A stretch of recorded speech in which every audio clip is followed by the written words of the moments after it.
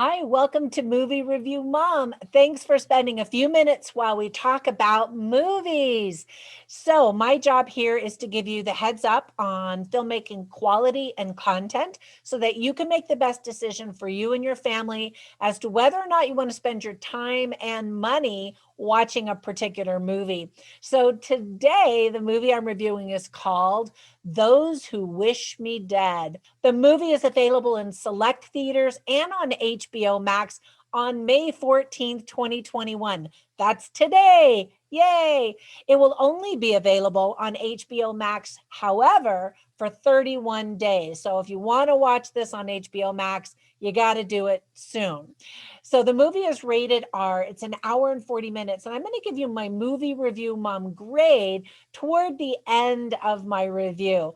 First, I'm going to give you an overview in a nutshell, and then I'll point out things I liked and didn't like, to offer tips for parents, themes worth talking about, and even recommendations for other movies that I think that you'll like if you like this one. All right, let's dive in. So, first of all, in a nutshell, a teenage murder witness finds himself pursued by two assassins in the Montana wilderness with a survival expert slash smoke jumper tasked with protecting him, and a forest fire threatening to consume them all. This action thriller is based on a New York Times best-selling novel by Michael Corita and stars the talented and beautiful Angelina Jolie. So, here are some of the things that I liked about the movie. First of all, it's been 10 years since we've been able to see Angelina Jolie in anything. And when I say anything, I guess I mean movies, because she's definitely been in the news for the past 10 years and beyond. Her last role was in the spy thriller Salt, which I really enjoyed. I thought that that was a really fun movie. In this film, she plays a damaged character who is tough yet vulnerable. She can always be counted on to carry the drama, emotion, and action in any film. In fact, she trained 4 days a week for her role as a fire jumper, and she does her own stunts in the movie. She seems to give it her all, and I thought she did a really good job. Young actor Finn Little did a fantastic job also in both the emotional and action moments, especially for being such a young kid. He has got a bright career in acting in front of him if he wants it. So I am a new fan and I'm excited to see what more he can do in the future. I've also always really liked John Bernthal. He definitely brings his A game to this film, as does Medina Senghor, who plays his pregnant wife. Now, that definitely doesn't make her a damsel in distress, though. She knows how to handle firearms and can dig deep to survive crazy intense situations. I thought that they were a great power couple and they did a great job. You also get to enjoy some beautiful scenery of the wilderness of Montana with cinematography by Ben Richardson. Fans of Tyler Perry will be thrilled to see that he makes a brief cameo performance. Although the scene is kind of pointless and it makes you wonder why did they even do that unless Tyler Perry said, "Hey, throw me into that movie," and so they had to come up with a scene. I don't know. It didn't really propel the story forward so much, so it was sort of just a throwaway scene, even though I like Tyler Perry. The fire sequences are definitely believable and they never seem to be really bad CGI to me. I thought that they were really well done.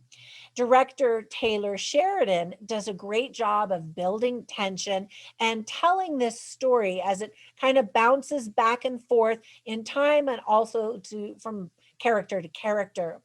There are some helpful survival tips for when you're lost in the wilderness. Here's one of them that gets repeated several times. Creeks lead to rivers, and rivers lead to towns. So, good to know. Now, there were some things that I didn't like or that I thought could have just been done better. First of all, it's kind of hard to believe that Angelina Jolie is a tough firefighter and smoke jumper because she is so tiny. And in fact, one of the other characters even points out how skinny she is. And she says, "I'm lean, lean," she protests. She's been in the news recently for stories about her weight loss. And so she tried to be tough and she does do stunts, but again, just carrying those heavy axes through the fire, wearing all of that gear that she would have to, makes it seem a little unbelievable. I've always thought that she was really pretty, but I thought she was absolutely stunning in her role in the movie The Tourist with Johnny Depp. Did you ever see that one? Gorgeous. I mean, she just was the most beautiful I'd ever seen her. Unfortunately, there isn't much of an arc in her character in this movie, although there is a small portion of resolution from a previous trauma that she keeps seeing in flashbacks. Early in the movie, she has a drunken parachuting stunt, and we assume that it's going to provide an opportunity for redemption by the end of the movie, but it never really does. It's kind of weird. I just assumed she was going to do that stunt again, but be more responsible the second time around. But it just sort of was dropped from the storyline. There were some surprisingly bad edits when I was like, whoa, that what happened there? But I've also found that I think I've been a little bit more forgiving during COVID because a lot of these movies that are coming out have to be edited like in people's homes and not in the typical way that they normally are done. The villains in this movie are so heartless that they almost feel like over the top cartoons. Even still, actors Aidan Gillen and Nicholas Hoult give good performances. Okay, sorry about that. My light on my ceiling started flickering, and I was like, am I having a stroke? So I had to readjust the lighting. All right, back to the review. We immediately know which characters we're supposed to root for, but the thin character development doesn't really give us much information as we would like about everyone. Too much time is spent in Act One setting up the plot that it doesn't really give us enough details either and allow for a lot of growth and arc for pretty much everybody. It's a little bit of a slow burn, mostly because of Act One, but it definitely builds to an intense crescendo in Act Three. It almost feels like one of those fiery disaster movies from the 1990s. And finally, there aren't really any new stunts that we haven't seen before. So ultimately, the movie is mostly forgettable, other than it's, a fiery movie with Angelina Jolie. Let me give you some tips for parents before I give you my final score.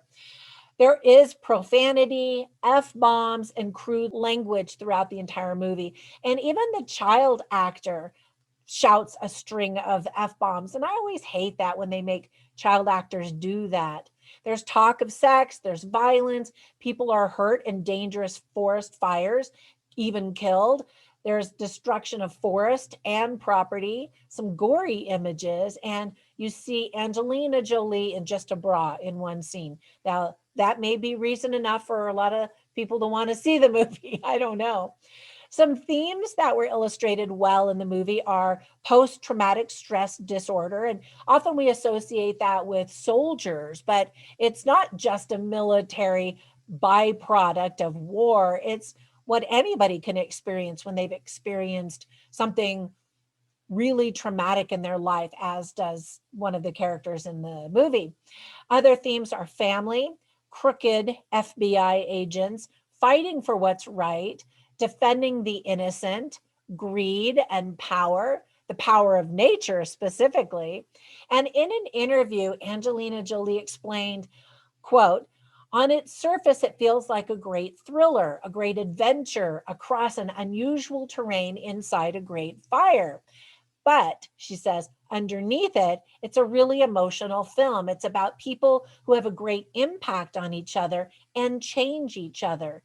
Emotionally and practically, they go through the fire, end quote. And I liked that way that she expressed it, that they do go through the fire, actual fire, but also the fire of their own inner turmoil as characters are experiencing some traumatic things in their lives. Okay, so my final movie review mom grade is a B. I think it's enjoyable, although it definitely could have been better, but still, you're going to be entertained. All right, so there were a couple of movies I thought of instantly as I was watching this movie. One is called Wind River, also directed by the same director, and some people say Wind River is his masterpiece. Another movie that I thought of is called Hell or High Water, which is kind of a survival journey of sorts, and some really entertaining dialogue and characters in that movie. So check both of those out. I hope if you watch this movie, you enjoy it. And I also hope you know how grateful I am for your support as I try to grow my channel.